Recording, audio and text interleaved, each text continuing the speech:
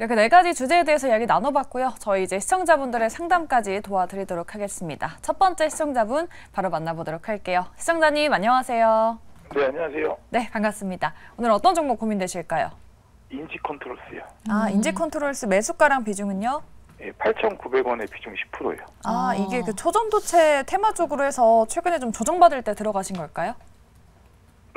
네, 네, 맞아요. 네. 초전도체 모멘텀을 보고 들어가셨는데 최근에 계속 빠지고 있어서 아마 우리 시청자분 굉장히 고민 많이 되실 것 같아요. 네. 그럼 네 분 통해서 의견 바로 들어보도록 하겠습니다. 자, 네 분 준비되셨으면 팻말 들어주시죠.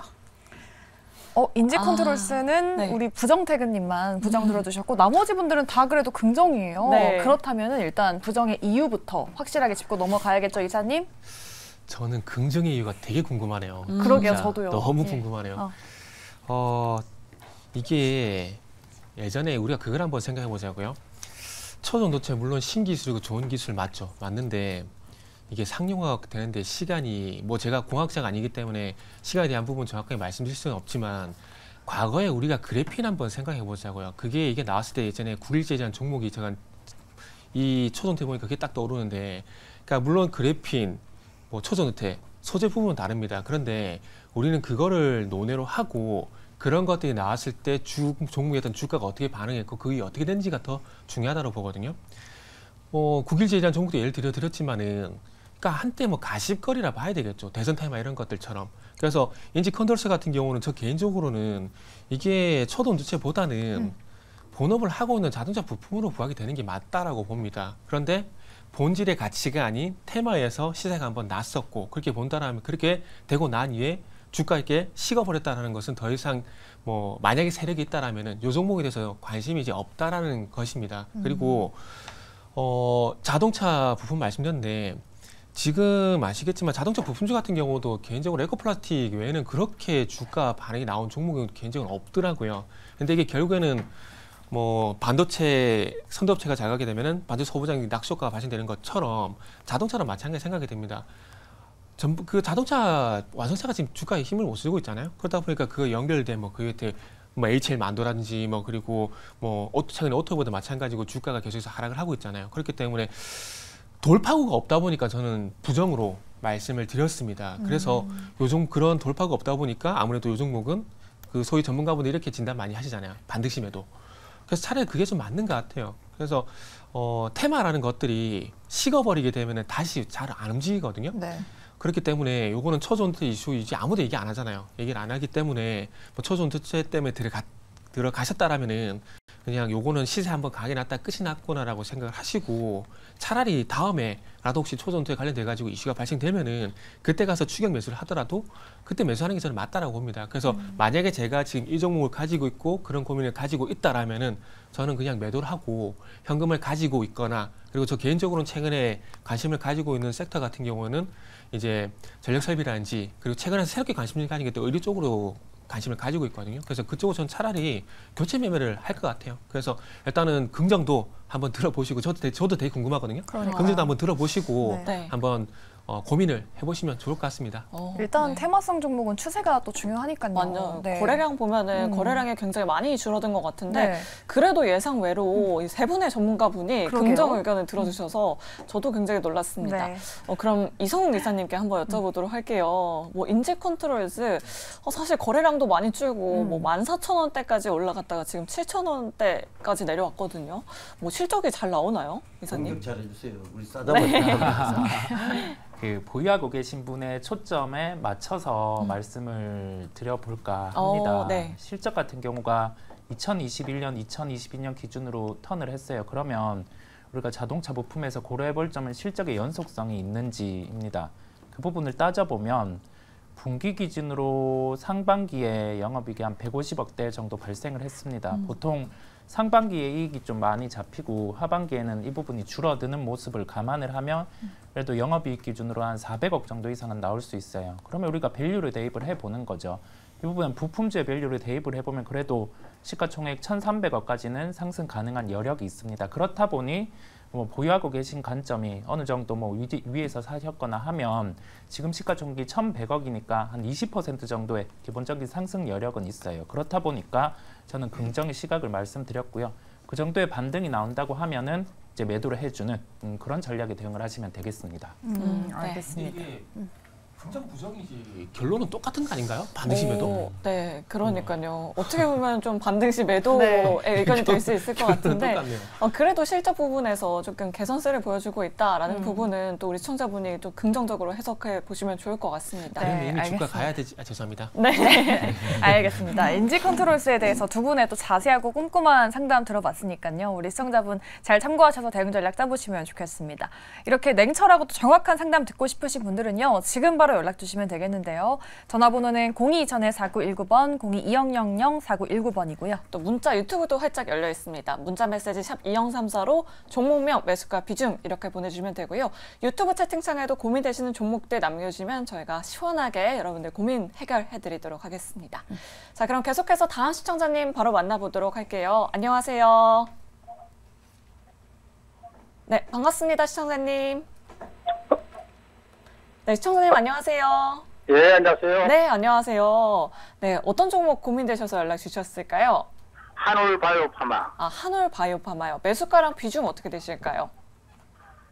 38,500원에 50%. 38,500원에 비중은 50% 정도요. 비중이 꽤 높으시네요, 시청자님. 예, 예. 네, 그때 고점에서 들어가셨나 봐요. 이번에 올라갈 때 39,000원까지 올라가더니 네. 빠지더라고요. 그때 많이 올라갔을 때 매도를 못 하셨고, 알겠습니다. 이 부분에 대해서 여쭤보도록 할게요. 한올 바이오파마는 지금 시점에서 어떻게 봐야 될지 네 분의 의견 바로 들어주시죠. 일단 중립 두 분, 긍정 두 분 네. 나왔습니다. 사실 이런 바이오 업종 같은 경우에 요즘에 이 면역 항암 학회 뭐 이런 학회들이 굉장히 많았잖아요. 네. 뭐 일정 매매로 접근하신 분들도 있었던 것 같은데. 그런데도 아직 맥을 못 추고 있거든요. 그러니까요. 네, 그럼 우리 정재훈 대표님께 한번 여쭤보도록 할게요. 지금 계속 밀리고 있는데 좀 살아날 수 있을까요, 대표님?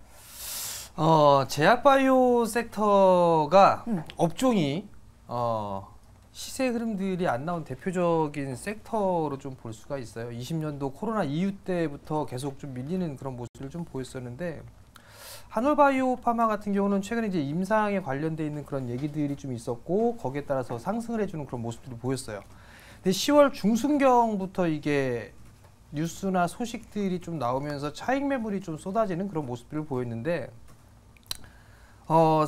점진적인 상승은 좀 나올 걸로 예상을 하고 있어요. 저는 제약바이오 쪽 섹터도 흐름들은 반드시 좀 나올 수 있을 거다라고 좀 개인적으로 판단을 하고 있는데 문제는 38,500원 저 꼭지에서 비중 50%를 매수를 하셨다는 얘기예요. 그렇다는 얘기는 이게 추가 매수를 하기에도 부담스러운 비중이 좀 되는 거란 말이에요. 거의 올인을 해야 되는 그런 상황이니까.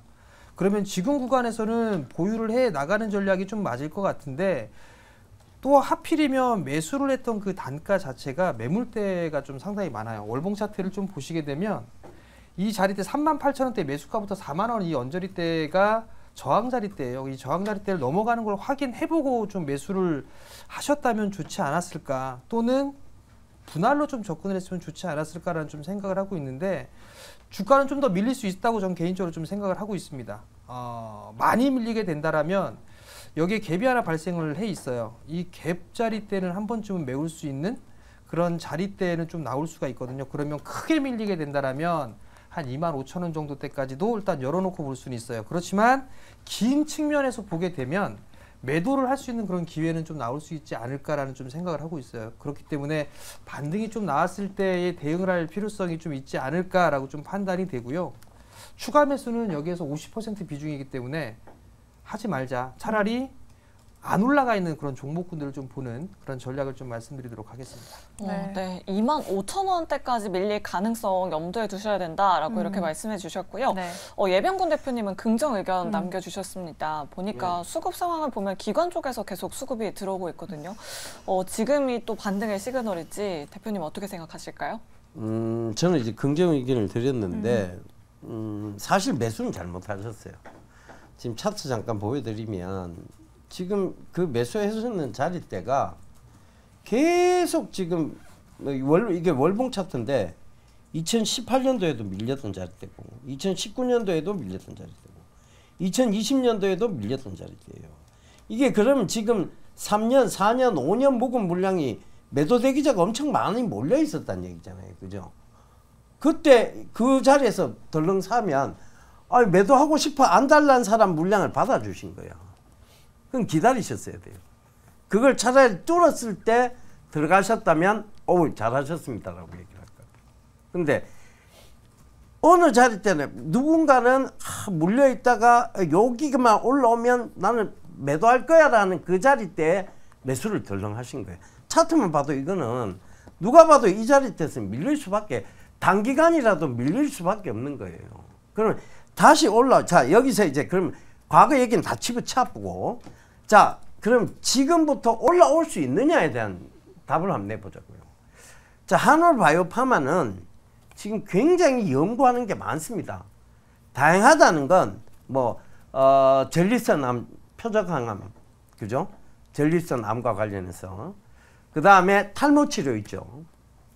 그 다음에 이제 전립선 치료, 또 요 치료와 관계된 것도 있어요. 그 다음에 성조숙증이라고 요새 워낙 발달이 빠르다 보니까 성조숙증이 있어요. 그 성조숙증 치료에 대한 부분도 있습니다. 그러니까 이게 뭐냐면 그런 여러 가지 연구들이 진행되고 있다는 얘기는 언어가 한 군데서 탁탁탁 터져 나올 게 많다는 얘기죠. 그래서 저는 이 3년, 4년간의 지금 뭐 매도 장벽, 이거를 손이 바뀌면서 뚫고 올라갈 수 있을 거라고 판단을 합니다. 근데 시간은 조금 걸릴 수 있어요. 근데 그건 참으셔야 될 것 같고, 그건 본인이 잘못하신 거예요. 어찌됐든 그 전에 차트를 보면 3년, 4년 전에 물려있던 사람이 팔 수밖에 없는, 정말 기다리던 자리대에서 매수하신 거예요. 그러니까 그거는 그 실수에 대한 부분은 시간으로 속죄를 하셔야 됩니다. 아시겠죠? 그러니까 그렇게 조금 느긋하게 보신다면 이게 만약에 지금 장기적인 매물대인 4만 원을 확 뚫고 간다면 6만 원도 갈 수 있는, 충분히 6만 원도 갈 수 있는, 왜냐하면 바이오 기업 중에 실적 나오는 회사도 드물어요. 근데 이 회사는 실적도 나오고 있거든요. 그리고 제품이 지금 판매되는 것뿐만 아니라 기술 이전에 대한 얘기도 나오고 있어서 들고 가시는 건 저는 긍정이라고 보고 있습니다. 네, 알겠습니다. 여러 가지 파이프라인 갖고 있고 뭐 기술 이전에 대한 모멘텀도 갖고 있다라고 말씀해 주셨으니까요. 두 분의 의견 잘 참고하셔서 투자 판단에 많은 도움 되시길 바라겠습니다. 네, 이제 저희 문자 상담으로 한번 넘어가 보도록 네. 할게요. 첫 문자 상담 당첨자분은 2101님입니다. 네, 포스코 퓨처엠을 들고 계신데 네. 매수가가 23만 5천 원에 비중은 5%라고 하십니다. 네. 사실 뭐 현재가랑 매수가가 좀 비슷하기는 한데 그러니까요. 사실 뭐 상반기에 정말 가파르게 올랐다가 네. 하반기엔 정말 가파르게 내려왔잖아요. 맞아요. 네. 지금 2차 전지주들이 많이 빠져서 우리 투자자분처럼 지금 저점에 담아볼까 하시는 분들 네. 굉장히 많으신 것 같아요. 5%면 뭐 비중 확대에 대한 부분도 고민하고 계실 것 같은데, 그럼 네 분 통해서 의견 바로 들어보도록 하겠습니다. 자, 네 분 준비되셨으면 팻말 들어주시죠. 네. 세 분은 그래도 긍정 의견이시고요. 정태근 이사님만 중립 주셨습니다. 중립 의견을 한번 들어보도록 할게요. 네. 지금 포스코 퓨처엠이 그래도 좀 과매도 구간인 건 맞긴 한데 어떤 부분을 좀 부정적으로 보세요? 우리 부정태근님. 그 저만 부정이네요. 그냥 긍정 이번에 긍정부터 들어보면 안 돼요? 아니 그냥 할게요. 네. 네. 제가 부정인데 원래는 부정인데 중립 의견을 드린 게 네. 지금 매수가가 23만 5천 원이고 현재 주가가 23만 3,500원이잖아요. 그러니까 결론은 간단합니다. 그러니까 기술적 반등만 노리고 나오시라는 그런 의견 때문에 중립 좀 드린 거거든요. 이게 저는 개인적으로 이렇게 생각을 해요.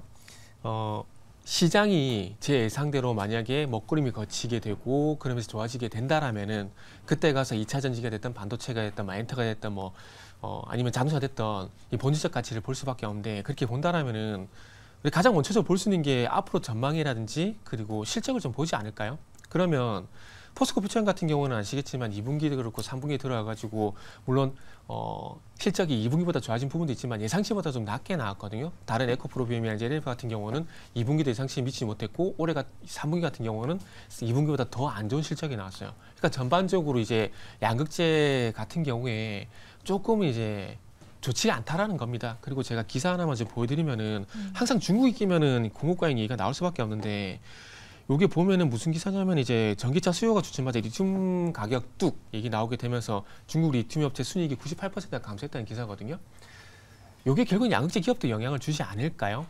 그렇게 본다라면은 지금의 조금 이제 안 좋은 부분들이 단계에 끝이 나는 게 아니라 조금 중기적으로 길어질 수가 있다라는 거죠. 그렇게 본다라면은 시장이 다시 돌아왔을 때 2차 전지 같은 경우는 주도주에서 탈락할 가능성이 높기 때문에 지금 정도 가격에서 버틸 수 있다라면 버티신 다음에 한 30만 원 이상 만약에 기술 반등이 나오게 된다라면은 거기서 수익 내고 나와도 저는 이분 같은 경우는 승자라고 생각을 합니다. 그렇게 전략을 가져가서 5% 비중으로 잘 먹고 나온다라면은 저는 충분히 성공한 투자라고 생각을 해요. 그러다 보니까 긍정보다는 중립으로 의견을 드렸다 보시면 될 것 같아요. 이거는 단기에 기술적으로 추세적인 상승이 아니기 때문에 긍정이 아닌 중립을 드렸다라고 보시면 되고요. 네, 저도 이제 추세를 좀- 긍정이 되게 네. 궁금하네요. 네, 어쨌든 좀 시간이 좀 길게 걸릴 수도 있다라고 네. 이렇게 말씀을 해주셨어요. 그럼 이성웅 이사님께 한번 여쭤보도록 하겠습니다. 네. 유튜브 채팅창 보니까 네. 에코프로 오늘 들어갔다라고 하시는 투자자분도 계시거든요. 네. 사실 뭐 2차 전지 섹터가 네. 뭐 신용 물량에 대한 부담이 굉장히 많았었잖아요. 그런데 이제는 좀 이런 부분들이 좀 해소됐다라고 평가를 해봐도 될까요?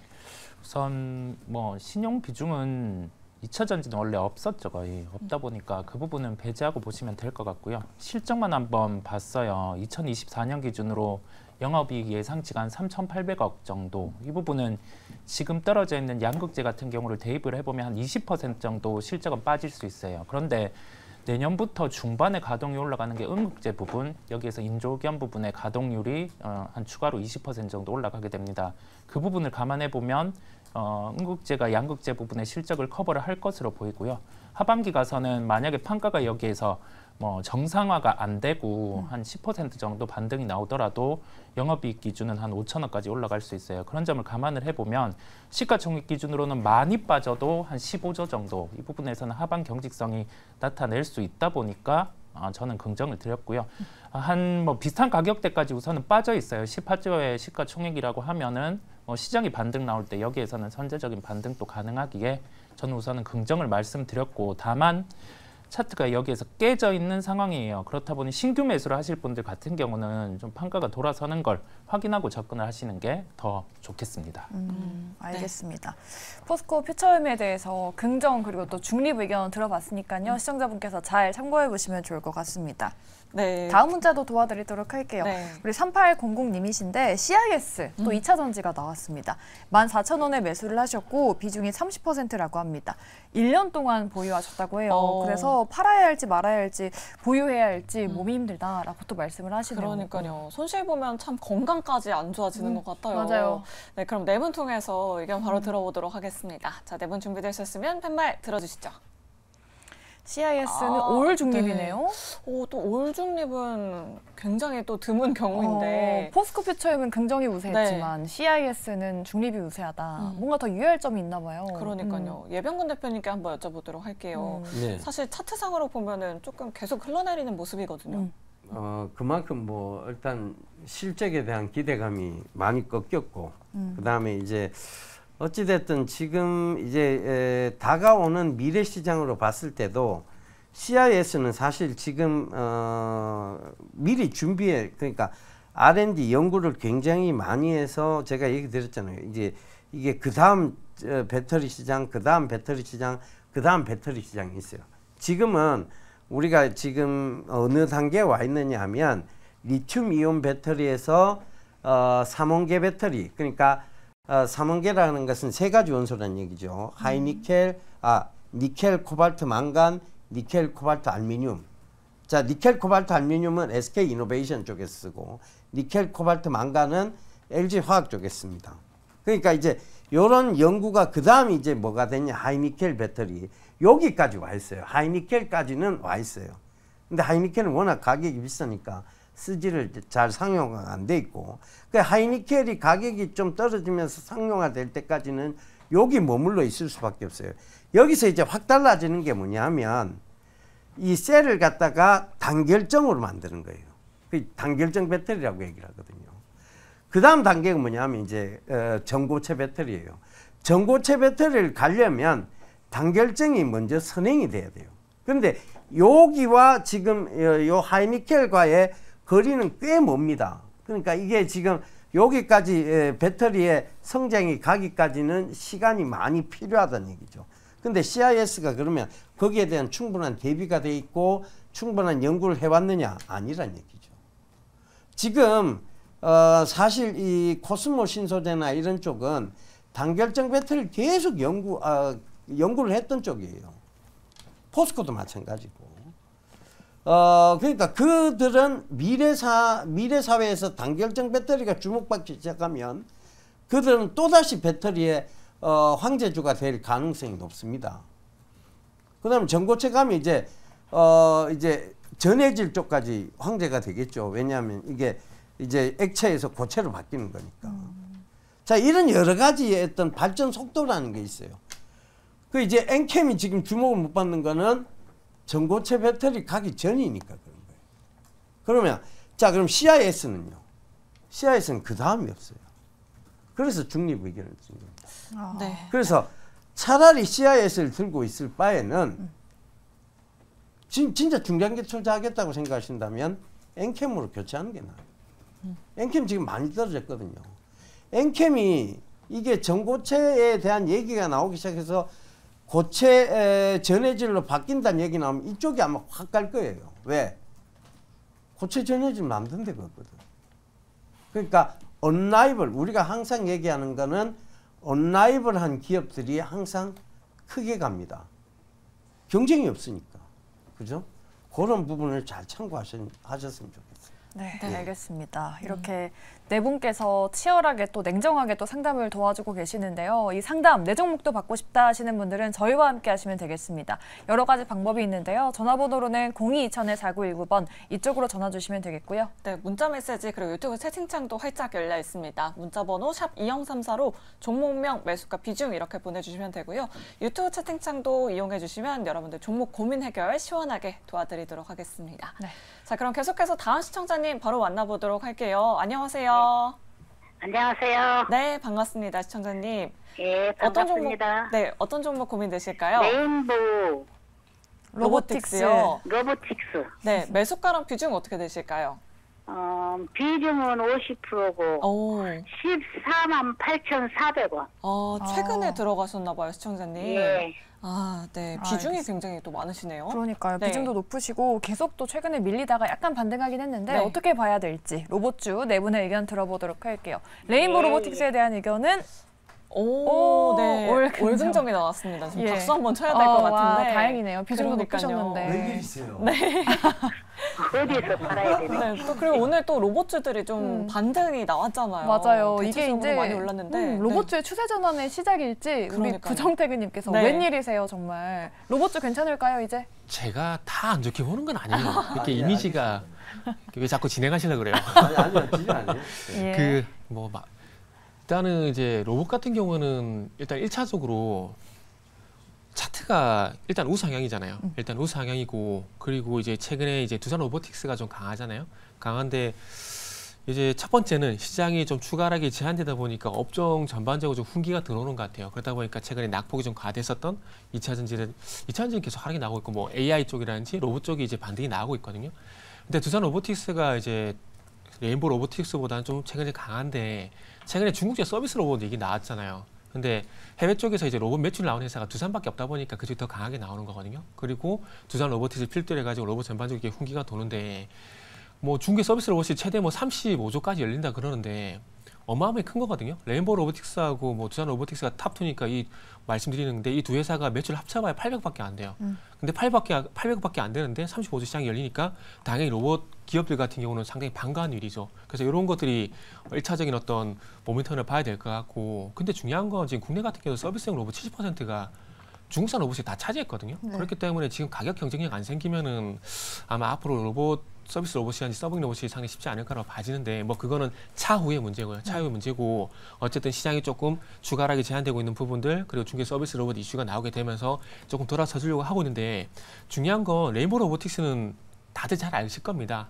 삼성전자 바라기라고 봐야 되는데 여기서 이제 돌아서게 되면서 최근에 이제 제가 단독 기사를 본 건데 보핏이 나온다니까 좀 가시화가 좀 되고 있더라고요. 그래서 그런 것들로 인해 가지고 이제 추세 상승으로 이제 다시 한번 돌리지 않을까라는 그런 기대감 때문에 일단은 긍정을 드렸다 보셔야 될 것 같아요. 근데 긍정을 드렸지만 중요한 건 이 로봇주도 일단은 기술적 반등 대응을 해야 되는 차원이기 때문에 그 점은 좀 명심하셔야 될 것 같아요. 그래서 마지막으로 전략을 한번 세워보게 된다라면은 지금 가격에 지금 현재 주가면은 충분히 버텨볼 만하다고 생각을 하고 있습니다. 그리고 나서 이제 이 레인보우 로보틱스의 관건은 제가 봤을 땐 18만 원이라고 봐져요. 18만 원이 기술적 반등과 추세적 상승의 어떤 분기점을 봐지는데 기술적 반등으로 끝이 나지 않겠다라면 아마 삼성의 보핏 모멘텀이 반영이 되는가라 그냥 보시면 될 것 같아요. 아니면은 아직까지 완성도는 없겠지만 휴머노이드 로봇 쪽으로 볼 수밖에 없는 부분들이고 이번에 10월달에 그 시스템테크 데이에서 그게 지금 실리콘밸리에서 열렸었거든요. 거기서 이제 잠시 휴머노이드 로봇에 대한 언급이 나왔었는데 얼마만큼 완성도 될지 모르겠어요. 근데 그런 부분들이 반영이 돼줘야 레인보우 로보틱스는 기술적 반등이 끝이 나는 게 아니라 추적 상승으로 갑니다. 그래서 지금 말씀드린 거 어차피 이제 전화 끊고 나면 다 잊어버리실 건데 요것만 기억을 하세요. 18만 원 지금 가지고 있다가 18만 원 돌파하게 되면 계속 가져가고 18만 원 돌파 못하게 되면은 여기서 수익 내고 나온다. 근데 그것까지도 헷갈린다. 그러면 18만 원 만약에 제 예상대로 간다. 그러면 그때 가서 다시 한번 상담 의뢰를 하시면 좋을 것 같습니다. 로봇주도 네, 어쨌든 감사합니다.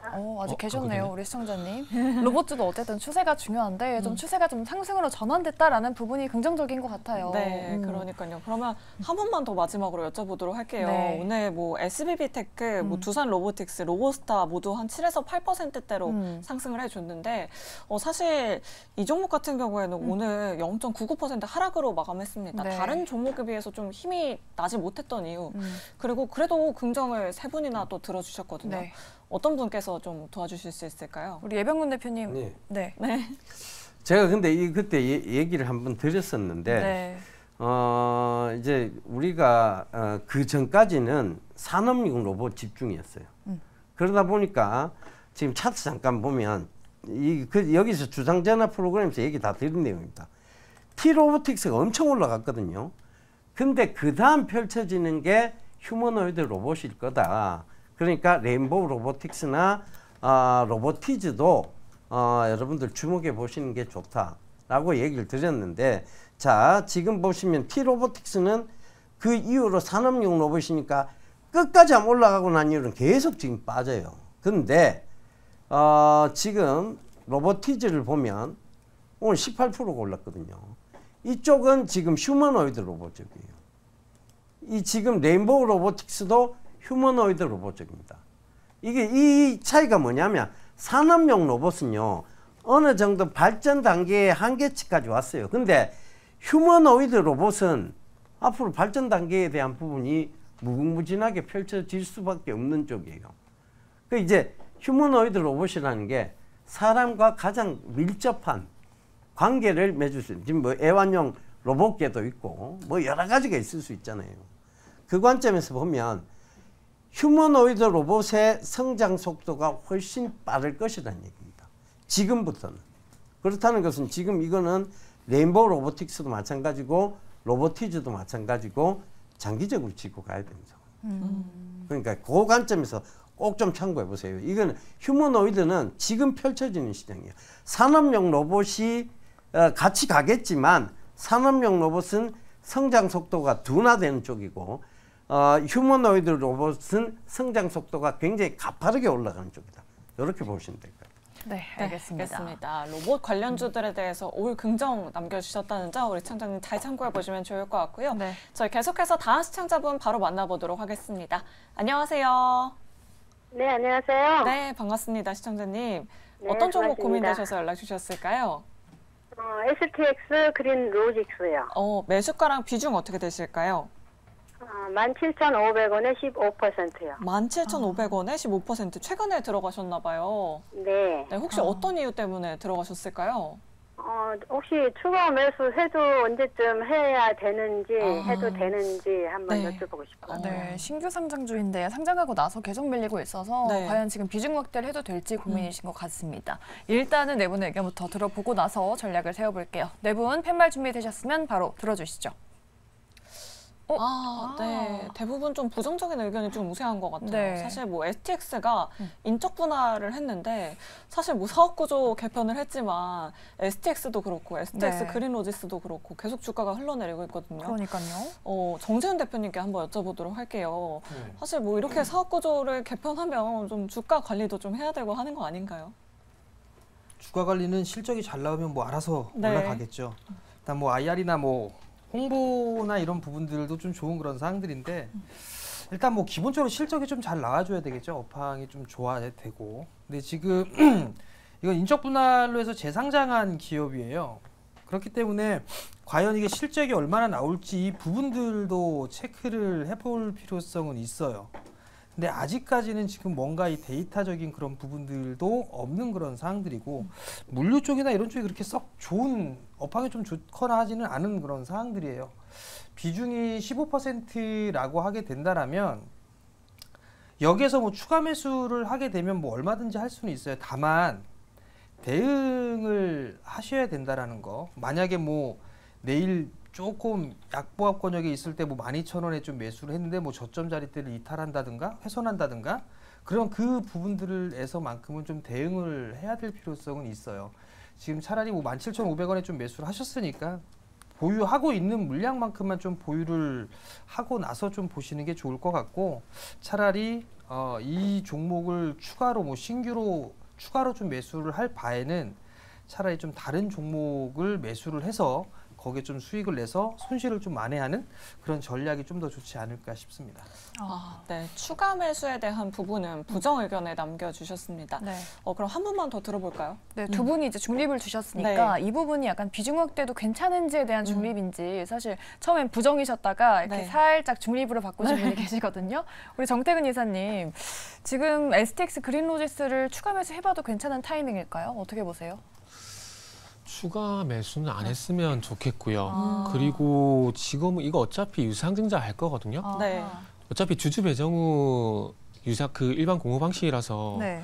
아마 우편물 올 겁니다. 우편물하고 이제 반기 보고서 같은 거 우편물 올 건데 뭐 그렇게 뭐 어차피 유상증자 진행이 될 거기 때문에 굳이 뭐 안 하시더라도 단가 낮추기에는 올 거거든요. 올 건데 지금 제가 HTS가 업데이트가 돼가지고 지금 이제 좀 밤이 좀 저런데 중요한 건 유상증자를 받게 되면은 어쨌든 뭐 추가 매수에 대한 의향이 있으시니까 그만큼 이제 물량을 받아가게 될 거고 단가가 좀 떨어지게 될 거고 근데 중요한 건 단가가 떨어지게 되면서 중요한 건 이제 주가도 같이 떨어질 거거든요.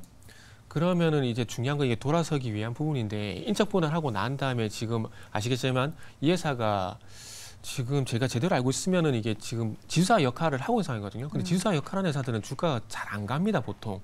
그러다 보니까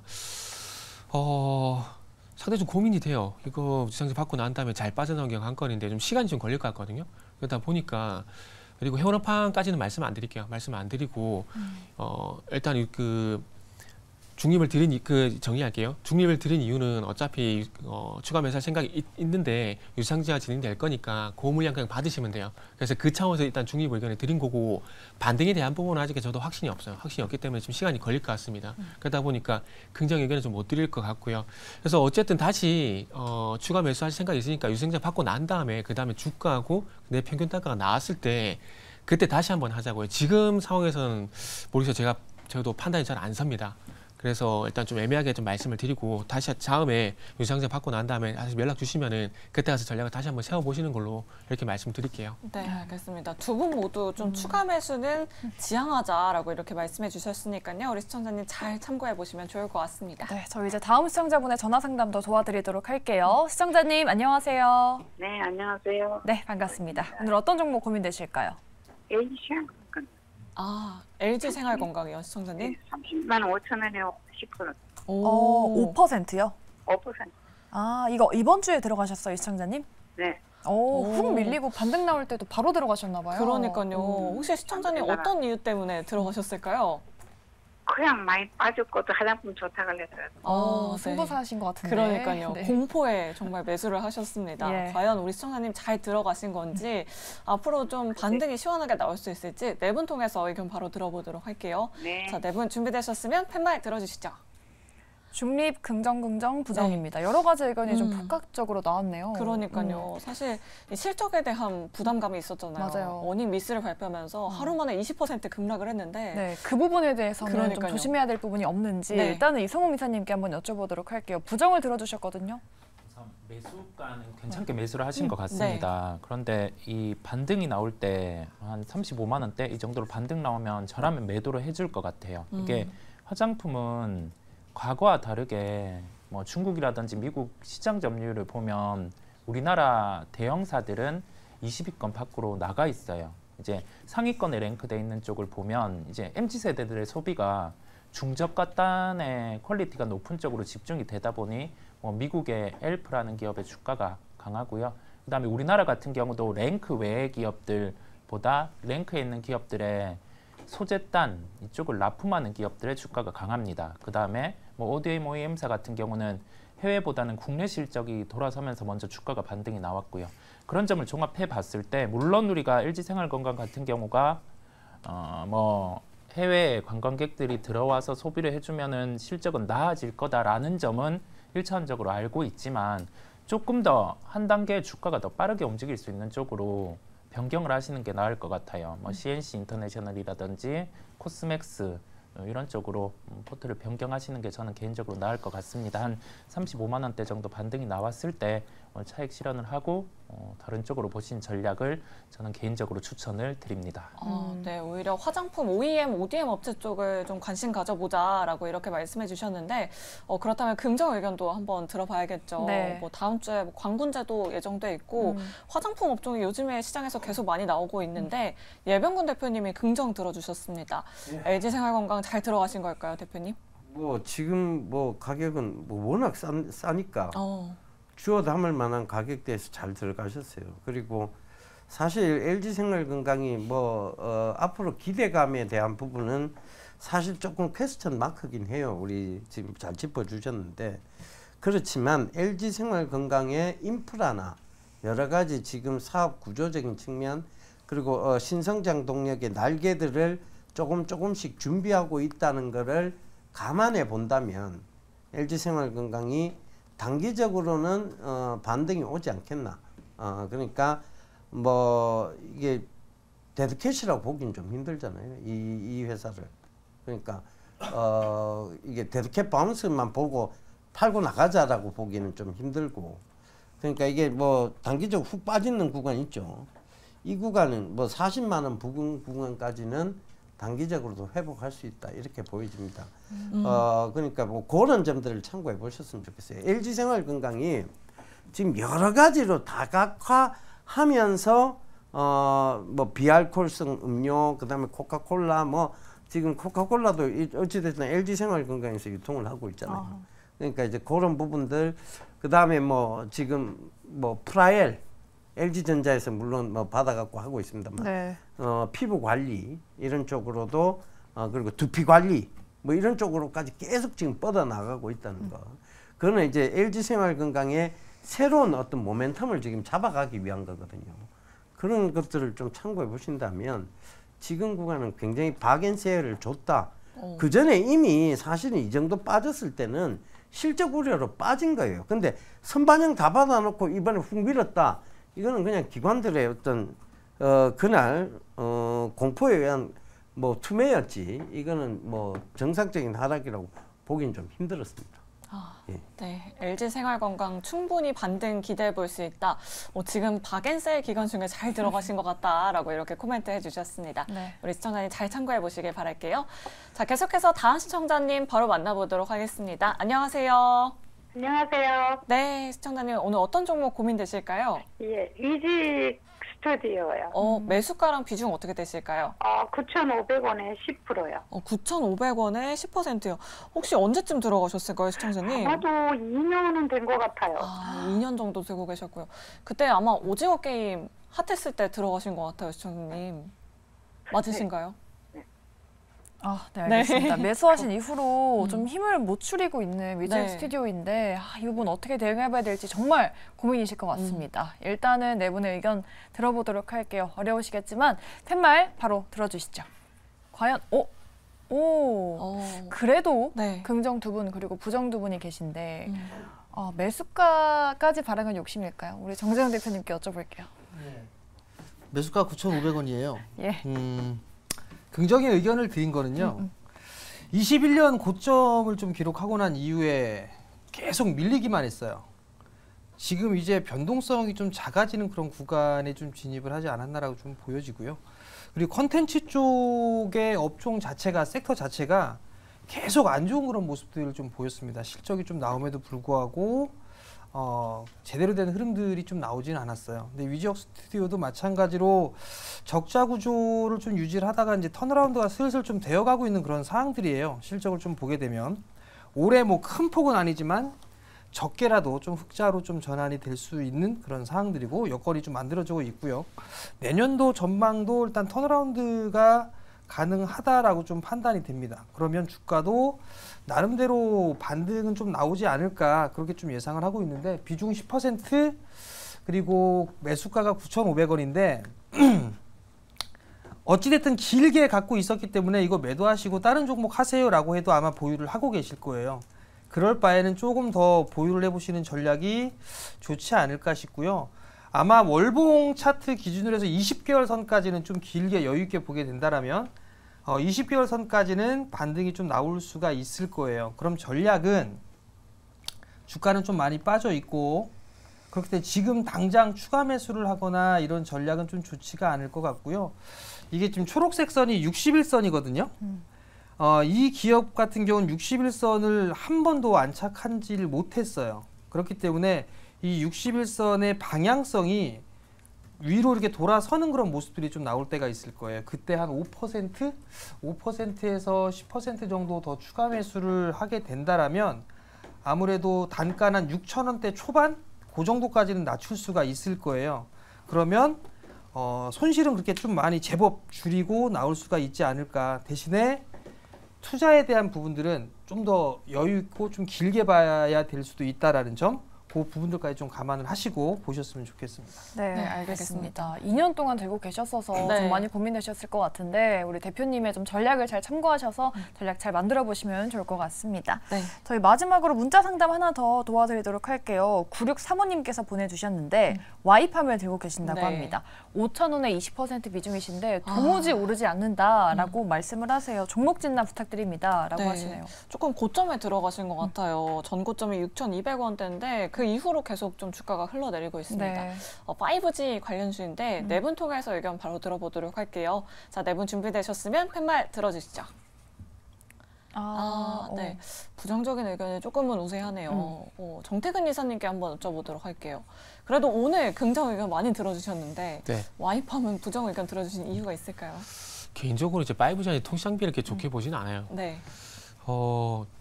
지금 그 이유는 간단하잖아요. 통신사들이 5G를 한다 그래놓고 왜 상용화를 안 할까요? 그리고 지금 6G로 왜 넘어갈까요?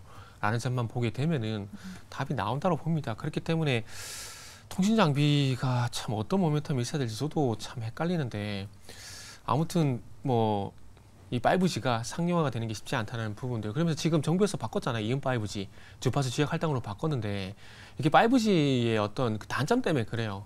주파수 가시거리가 짧고 벽을 뚫지 못하는 그런 특성 때문에 저도 5G 요금제 쓰고 있지만은 가끔씩 어느 건물 들어가게 되면 이게 4G로 LTE로 바뀌었다가 막 왔다 갔다 하거든요. 맞아요. 예, 그런 것들이 5G의 단점이라는 겁니다. 그러다 보니까 상용화 쉽지가 않아요. 그리고 SK텔레콤만 하더라도 국내에 이 5G 다 상용화 시키려면 20조 가량이 들어갑니다. 비용 대비 효율이 없어요. 그러다 보니까 5G를 할 수가 없게 되는 것들이고 그러다 보니까 정부에서 이은 5G 사회를 가지고 네이버 사옥이 됐던 뭐 종로가 됐던 이렇게 지역 할당으로 이렇게 가는 이유가 거기다 보시면 될 것 같아요. 그런 사업 여건상 통신 장비들이 잘 갈 수 있을까? 그런 생각이 드는 거죠. 그러니까 사업에 대한 부분들이 있고 그리고 이런 부분들이 이제 사업 전개가 안 되다 보니까 통신 장비 같은 경우는 안 좋게 보고 있습니다. 그러다 보니까 추후의 일이겠지만 뭐 스타링크라든지 위성 통신 이런 것들이 상용화되면 그때 가서는 좀 잘 모르겠지만 그리고 5G 같은 경우는 이제 스몰셀이라 그래가지고 그 기지국력화라는 소형 기지국력화라는 장비가 있거든요.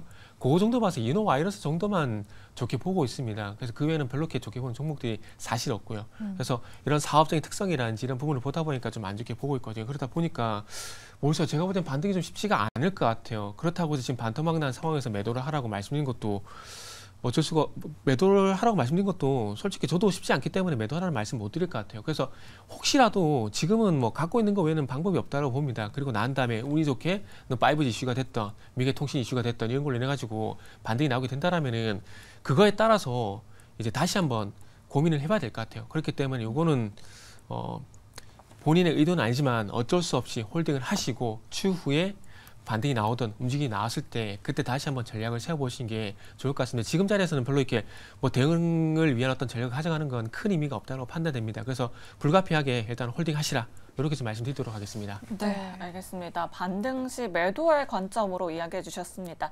우리 시청자님 많이 힘드시겠지만 의견 잘 참고하셔서 수익 내보시면 좋을 것 같습니다. 네, 최근에 정말 어려운 시장이 이어지고 있습니다. 네. 그만큼 우리 시청자분들께서 시장 전략 짜시는데 많은 어려움을 겪고 계실 것 같은데 네 분의 또 한 줄 평을 들어보면서 네. 시장 대응 어떻게 해야 될지 한번 알아보도록 할게요. 일단 첫 번째 분으로는 저희가 이성웅 이사님께 여쭤보도록 할게요. 내일장 어떻게 우리가 어떤 마음가짐으로 준비해야 될지 한 줄 전략 어떻게 내려주시겠어요? 내일장 투자 전략 포인트는 뭐 시장은 8분 응선까지 온 것으로 보이고요. 여기에서 뭐 FOMC 회의 결과 이후에 미국 시장 확인하면서 또 대응하는 쪽으로 열어두겠습니다. 네, 미국 증시 좀 확인을 해보면서 우리 국내 증시를 좀 대응해보자라고 이렇게 말씀해 주셨는데 네. 조금 애매한 것 같아요, 이사님. 사실 뭐 파월 의장의 발언 이후에 거의 나스닥이나 다우존스가 조정받는 경우가 굉장히 많았거든요. 맞아요. 내일 시장 조금 예측하기 어렵겠지만 예측해 본다면 어떻게 보세요, 이사님? 우선 시장은 선제적인 조정이 나왔는데 미국이 우선은 기술적으로 200일선을 깼어요. 네. 그렇다 보니 여기에 대해서 우리나라는 뭐 더 깼죠. 더 깨진 흐름이 나타났는데 그러면서 이제 보통은 시장의 바닥은 뭐 외바닥으로 나타나지 않고 그다음에 지금 시장에서는 마무리가 될 게 신용이 한 1조 정도 더 줄어드는 흐름들 뭐 그런 부분까지 확인을 할 것 같아요. 8분 응선이란 표현을 한 이유는 여기에서 막 2200으로 빠진다는 건 또 다른 어떤 시스템 리스크의 발생 없이는 불가능하다는 시각으로 제가 8분 응선이라는 표현을 썼고요. 그렇다 보니 막 저가 매수를 하자, 여기에서 종목들을 사 들어가자 그런 관점보다 좀 외국인 수급이 돌아서는 걸 확인하고도 접근 가능하다는 점을 말씀을 드립니다. 네, 일단은 외국인의 수급을 좀 확인을 해보자. 그래도 8분 응선을 넘었다라는 점은 네. 그래도 좀 그나마 안심이 되는 포인트인 것 같습니다. 네, 그럼 예병군 대표님의 투자 전략 포인트도 들어보도록 하겠습니다. 한 줄 평으로 남겨주신다면 어떻게 내려주실까요? 예, 이게 지금 하방 경직성이 굉장히 강한 자리대입니다. 여기서 흔들릴 이유가 없죠. 그리고 오히려 지금은 저는 강한 반등을 예상해 보고 있습니다. 파월이 아무리 뭐 사실 그가 최근까지 매파적 발언을 많이 했다고는 하지만 네. 분명히 그는 비둘기파였어요. 그가 갑자기 매파로 돌아선 건 물론 이제 미국의 물가라든가 여러 가지 고려를 했겠죠. 하지만 지금의 어떤 입장은 파월이 다시 온순해진 비둘기가 될 가능성이 저는 굉장히 높다라고 보여집니다. 그래서 그 발언이 아마 미국 시장과 우리 시장을 좀 급등을 만들어주지 않겠나, 저는 그렇게 예상을 해드리겠습니다. 네, 어찌됐든 간에 뭐 시장은 동결을 예상하고 있고 파월 의장의 비둘기파적인 발언을 조금 기대해 보도록 하겠습니다. 네, 그래도 일단 오늘이 좀 뭔가 고비가 될 것 같긴 네. 한데 내일장 어떻게 대응해야 될지가 정말 중요한 포인트가 될 것 같아요. 우리 정재훈 대표님은 내일장 어떤 마음가짐으로 준비해야 될지 어떤 전략을 좀 세워주시겠어요? 힘들어요. 상당히 좀 힘든 시장이 좀 지속되고 있는데요. 네. 웃긴 거는 전 세계 10월 달에 하락률을 보게 되면 네. 전 세계 1위입니다. 하락률이. 코스닥 시장이 더 빠졌어요. 오히려 이스라엘보다 더 빠졌습니다. 전쟁하고 있는. 1%가 더 밀렸는데 빠져야 될 이유가 무엇이 있을까 이만큼. 근데 결국 이게 수급적인 부분들이에요. 수급도 이제 어느 정도 개선이 될 가능성이 좀 서서히 좀 보이고 있는 그런 상황들이고 PBR 기준으로 놓고 봐도 0.83배 정도 수준이에요. 그 과거에 금융위기 때 찍었던 게 0.83배거든요. 금융위기가 벌어지지도 않았는데도 불구하고 이렇게 밀렸습니다. 그럼 지금은 보유를 하는 게 맞고요. 현금이 있다면 분할로 좀 매수를 해나가는 그런 전략이 좋지 않을까 싶습니다. 분할 매수를 해봐도 괜찮다라는 의견이시네요. 네, 알겠습니다. 그럼 마지막으로 정태근 이사님 한 줄 평도 들어보도록 할게요. 내일 시장 어떻게 대응하면 좋을까요?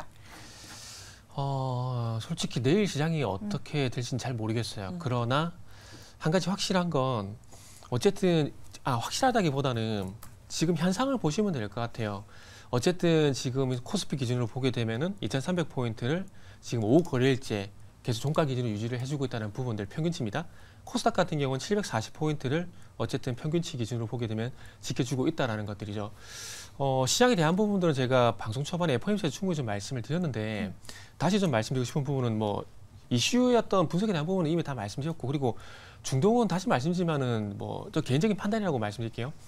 확산 안 됩니다. 확산 안 될 가능성이 거의 뭐 99%라고 보시면 될 것 같아요. 그렇게 본다라면은 파월도 오늘 저녁에 FOMC에서 중동 리스크에 대해서 크게 큰 변수로 생각하지 않는다는 얘기를 할 가능성이 저는 높다라고 보고 있고요. 그리고 단지 제가 좀 확인하고 싶은 거는, 그러니까 이게 이슈에 대한 부분을 어떻게 진행되고 있고 어떻게 이제 소멸되고 있다는 얘기는 아까 다 말씀드렸는데 그런 건 명확하게 좀 찾을 수가 있거든요. 근데 이 변수를 반영한 시장의 숫자라든지 그리고 변동성이라든지 이런 건 제가 솔직히 맞출 수가 없습니다. 이거는 지나서 이때가 이제 바닥인 것 같다고 말씀드릴 수가 있는데, 지금 제가 마지막으로 이제 시장에 대해서 고민을 하고 있는 게 뭐냐면, 요거는 이제 2020년도 코로나 때를 한번 좀 가볼게요. 이게 지금 이거 차트 좀 보시면서 말씀드릴게요. 최근에 빠지는 패턴이 코로나 때랑 상당히 유사한 부분이 있습니다. 지금 화면이 코로나 때인데, 자 1차 하락 나고 난 다음에 잠시 반등 줬다가 다시 하락이 나오죠. 하락이 나오는데 요게 지금 코스피 차트인데, 지금 보시면은 하락 끝자락에서 코스피 같은 경우는 8.39% 종가 기준으로 마감으로 끝이 났어요. 그러니까 제가 궁금한 건 이게 나올 건가 말 건가, 이게 제가 상당히 궁금하거든요. 이게 만약에 나오지 않고 조정으로 끝이 나게 된다라면은 지금 시장에서 보신 바와 같이 어찌 보면은 이렇게 보신 바와 같이, 그러니까 요런 구간들처럼 저는 변동성이 안 나오고 그냥 L자형으로 옆으로 기는 그런 흐름이 나올 가능성인데, 이렇게 L자형이 될 건지 아니면 마지막으로 진짜 큰 충격파가 돼가지고 변동성을 줄 것에 대한 부분 제가 확신도 안 썼고 아직 보질 못했습니다. 그래서 이런 것들이 확인되기 전까지는 숫자적인 차원에서 바닥을 잡았다고 말씀드리긴 힘들 것 같아요. 그래서 10월 17일 이후에 어쨌든 연준의 기조가 바뀌었기 때문에 이걸로 인해 가지고 이제 동결이 될 거라는 얘기를 말씀 많이 드렸고, 그러면 이런 분위기가 나오고 난 다음에 반대 매매가 나왔고, 이 반대 매매가 끝이 난 것인지 뭐 신용이 다 털린 건지 모르겠지만은 만약에 안 털렸다라면은 요 8%가 하락이 나올 가능성이 있다는 겁니다. 그래서 최종적으로 요거는 확인을 해봐야 돼요. 요게 나온다고 하더라도 방송 초반에 말씀드렸듯이 무조건 버티시는 게 지금 맞다라고 봅니다. 어찌 보면은 8월 달부터 시장이 하락을 했기 때문에 시장이 하락을 하게 되면서 출발점에서 손절할 그 기회는 이미 놓쳤다고 보는 게 맞아요. 그 구간이 요 구간이라고 보시면 되고, 지금은 두 번째 기회인데 그게 뭐냐면은 만약에라도 반등이 나와서 내가 손실을 줄일 수 있는 그 기회 비용을 놓치지 말아야 되기 때문에 섣부른 매도는 하지 말라고 말씀을 드리는 겁니다. 그렇기 때문에 시장 상황은 일단 이렇게 보는 게 저는 맞다라고 봐요. 그래서 섣부른 매도는 하지 마십시오. 지금 구간은 손실이 크다고 하더라도 버티는 게 일단 맞다라고 말씀 좀 드려보고 싶고요. 네. 그리고 이제 시장 뭐 섣부른 매도 자제, 그리고 그래서 관망을 일단 하는 게 맞다라고 말씀드리고 싶고요. 그리고 저는 최근에 시장이 좀 좋아지게 되면서 이제 관심이 생긴 섹터도 있는데, 이제 의료 AI 그리고 의료주 이쪽 같은 경우도 관심이 생겼어요. 이게 경기 둔화 있잖아요. 이게 항상 예고됐던 경기 둔화가 온 적이 없거든요. 그렇죠. 그러니까 작년 말부터 보게 되면 계속 뭐 아이비도 경제학자들이 경기 둔화가 온다 얘기를 하고 있는데, 이게 뭐 인디안 기우제도 아니고 작년 말부터 올해까지 계속 얘기를 하고 있어요. 네. 근데 단적으로 한번 볼게요. 우리가 리만 사태가 올 거라고 예상한 전문가라든지 학자가 있었나요? 없었거든요. 그리고 저도 처음 겪지만은 2020년도에 바이러스로 인해 가지고 증시가 급락한 사례는 이 1800년대 이후에도 한 번도 없어요. 근데 이런 게 예상이 됐을까요? 전혀 예상 안 되는 부분이고요. 위기는 항상 예상치 못한 부분에서 오는 겁니다. 그래서 저는 개인적으로 위기는 안 온다라고 봐요. 그리고 최근에 이제 그 한 글로벌 서치 업체에서 어떤 조사를 했냐면, 연말에 미국 사람 4,000명 대상으로 조사를 했는데 연말 쇼핑 시즌 때 얼마 정도 소비를 하겠느냐라고 조사를 했거든요. 평균적으로 $1,650 정도 소비를 하겠다는 얘기를 했습니다. 이게 우리나라 돈으로 지금 환율로 계산하게 되면 한 230만 정도 되거든요. 이게 작년 대비해서 14% 증가한 수준이고요. 2020년도 코로나 이전에 $1,400 대비해서 $200 높은 수준입니다.